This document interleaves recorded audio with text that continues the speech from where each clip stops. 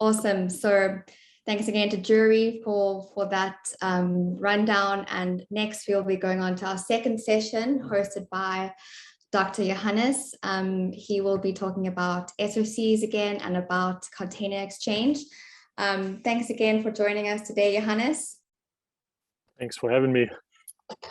So just to kick it off straight away, Johannes, you and Christian started xChange back in 2017 based on the potential of the SOC market. So obviously before pre-COVID times, where the market was fairly normal.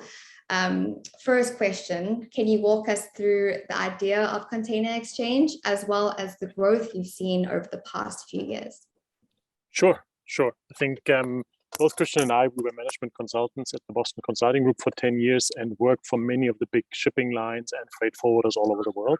And really two main issues that we constantly faced. And one is that a lot of containers are moved around empty. That's like a given in the industry.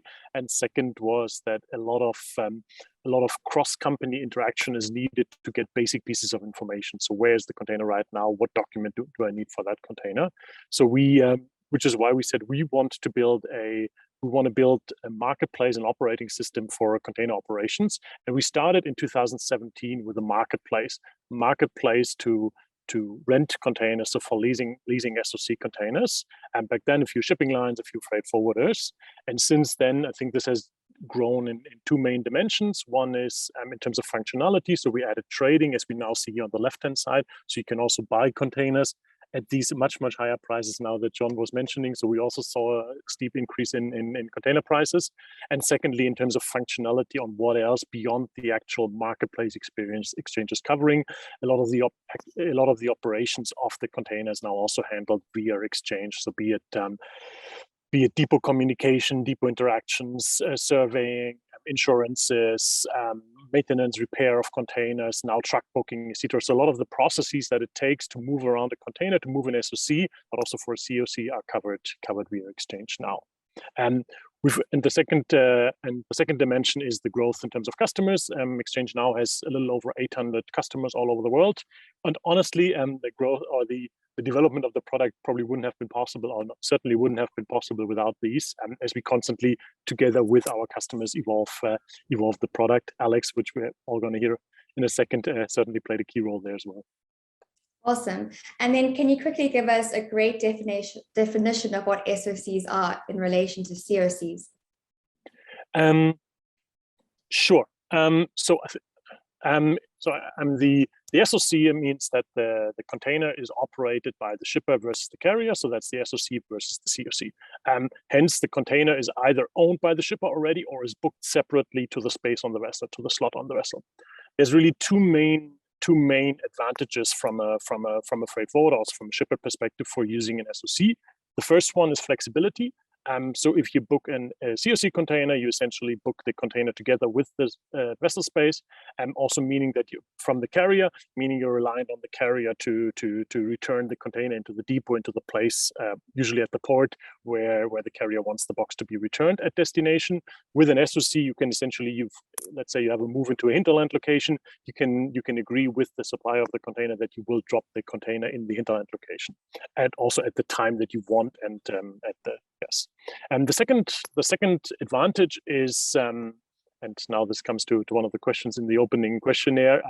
The second advantage comes from cost savings, mainly around demurrage and detention. You can, if you play SOCs well, you can basically avoid demurrage and detention completely, especially in cases where you are moving the container inland, where there's times today where there's congestions in the port. You can drive down these demurrage and detention charges, because you essentially negotiate the container booking. You negotiate that separately from the vessel space. So you agree on a $1 to $5 daily rental fee for the container versus spending $50 to $100 per day on demurrage and detention towards the carrier. Awesome, thank you.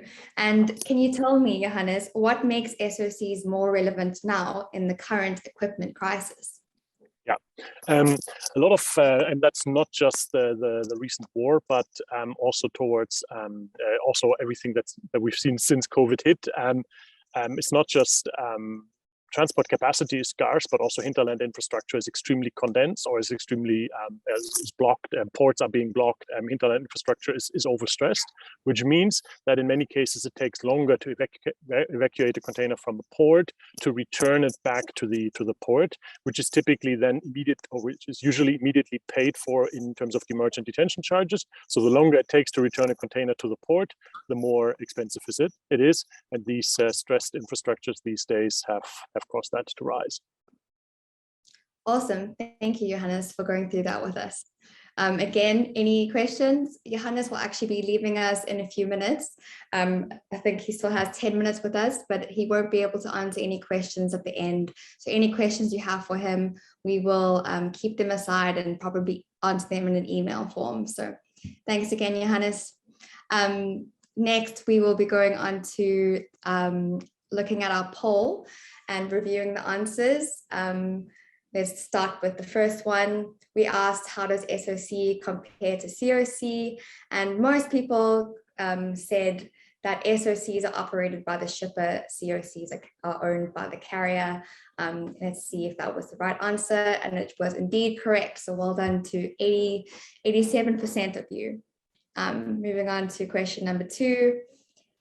What is the greatest advantage of SOC containers? And like Johannes said, you can avoid demurrage and detention charges and overcome equipment scarcity, which is the greatest advantage.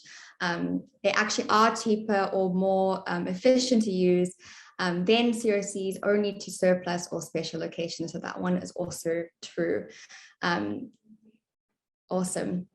The third one was, what do you think is the biggest pandemic-related impact for the increase in awareness and acceptance? 90% of you said it was the container shortage crisis, with some people saying change of demand. It was indeed the container shortage crisis, so well done to 90% of you. And thanks again. If anyone is unsure of anything, again, feel free to ask us in the chat.